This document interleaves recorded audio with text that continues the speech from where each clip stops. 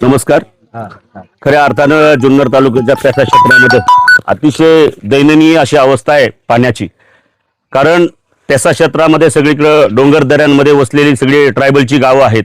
आज आपण प्रत्यक्षात पाहत आहे मांडव्यासारख्या गावामध्ये पावसाळ्यामध्ये खूप पाऊस पडतो, सगळा वाहून जातो. जर ते अडवलं, मोठी योजना शासनाने केली तर अनेक वर्षापासून अनेक मंत्री या ठिकाणी येऊन गेले.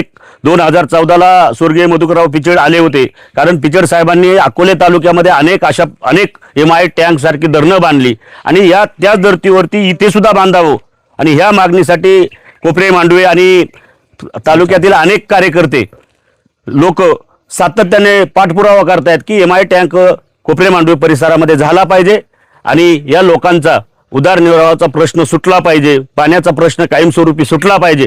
यासाठी सातत्याने आवाहन करतात. आता जिल्हा परिषद सदस्य सोनाबाई दाभाडे यांनी आता स्पष्ट सांगितलंय की अजून 15 दिवस आम्हाला या विभागाचे खासदार अमोलजी कोल्हे साहेब आणि माजी आमदार अतुलजी बेनके साहेब यांनी शब्द दिलाय की आपण पालकमंत्र्यांशी चर्चा करू आणि त्याच्यातून काय आउटपुट निघतंय त्याच्यानंतर आपण निर्णय घेऊ. म्हणून अजून आम्ही 15 दिवस खऱ्या अर्थानं थांबलोय.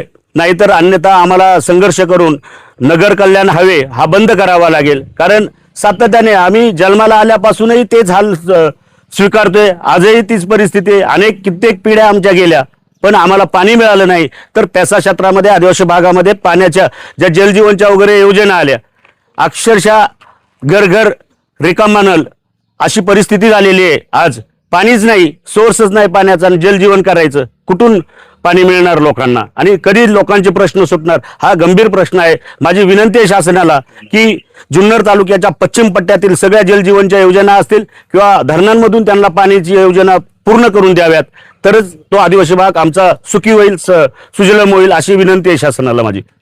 नमस्कार. मी या गावचाच रहिवासी आहे.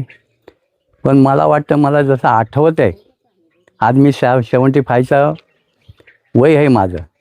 आणि जसं आठवत आहे तसं ह्या मार्च, एप्रिल, मे, जून ह्या 4 महिन्यामध्ये ह्या चारही गावांच्या वाड्या वस्त्यांना कधीच पाणी मिळत नाही आणि येतं काहीच नाही. तुम्ही जर ह्या बरोडबाच्या खाली गेले, गुडघ्याच्या वाडीकडे गेले तर त्या वस्त्यांना पाणी भेटत नाही. आणि हे आज आमची मुलं आता पुढं काय करणार, याच्यामुळं आमच्याकडे कोण राहायला मागायला मागत नाही.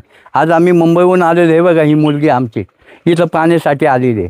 ती बघा दुसरी एक होती ती मुलगी आमचीच आहे, मुंबईहून आलेली आहे. पण मुंबईहून आलं तर इथं पाणी भरायला आणि पाणीच नसतं, त्याच्यामुळं फार परेशान होतो आम्ही. आज आम्ही कसं राहायचं आमच्या गावामध्ये. माणूस काय हवा पाणी बदलायला येतो पण इथं पाणीच नसतं तर कोण येणार हो. आज माझ्या गावची मंडळी कसे का होईना दिवस काढतात. ज्या काही आता हे आमच्या जिल्हा परिषदेचे कार्यक्रम, हे सरपंच आहेत, माजी सरपंच आहेत, पोलीस पाटील आहे, आमच्या सर्व मुलाबाळांना सर्व बायांना त्रास होतो. आज त्यांनी सकाळी उठायचं, कामावरती जायचं बनकर फाट्यावर आणि तिथून राहते त्यावेळी हा प्रकार नसतो पाण्याचा. हे टँकर येऊन जातात आणि मग ह्या बायांनी काय करायचं, ते जे काय भरतात ते भरतात, निव्वळ पाणी पिण्यापुरते एक बालदी कुठून तरी आणतात, कोणाकोणाही मागून घेतात. पण ही परिस्थिती आमच्यावर कधी दूर होईल ही महत्त्वाची प्रश्न आहे.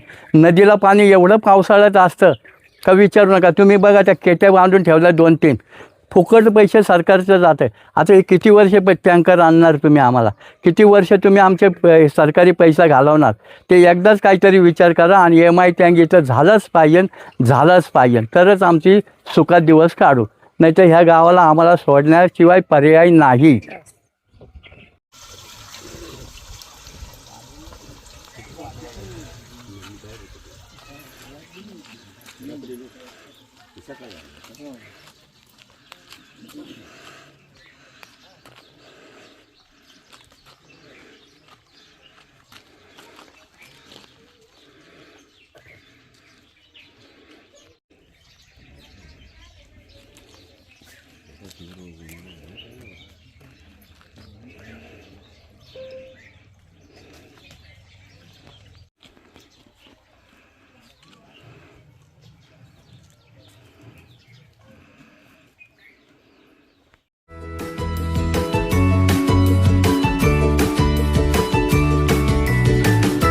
बातम्या शेतीच्या,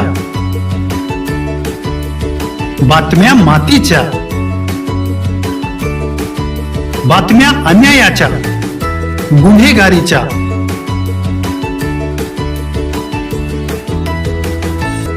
राजकारणाच्या आणि समाजकारणाच्या, शोषणाविरुद्ध बुलंद आवाज, जनसामान्यांच्या हुंकाराची गाज, सत्कार्याला प्रोत्साहन, दुष्कृत्याला अनुशासन, निर्भीड, निस्पृह, सडेतोड, बेधडक आणि रोखठोक म्हणजेच विघ्नहर टाइम्स. शोध बातमीचा, ध्यास सत्याचा. आपलं चॅनल, आपली बातमी. सबस्क्राईब तर कराच, पण बेल आयकॉनवर क्लिक करायलाही विसरू नका.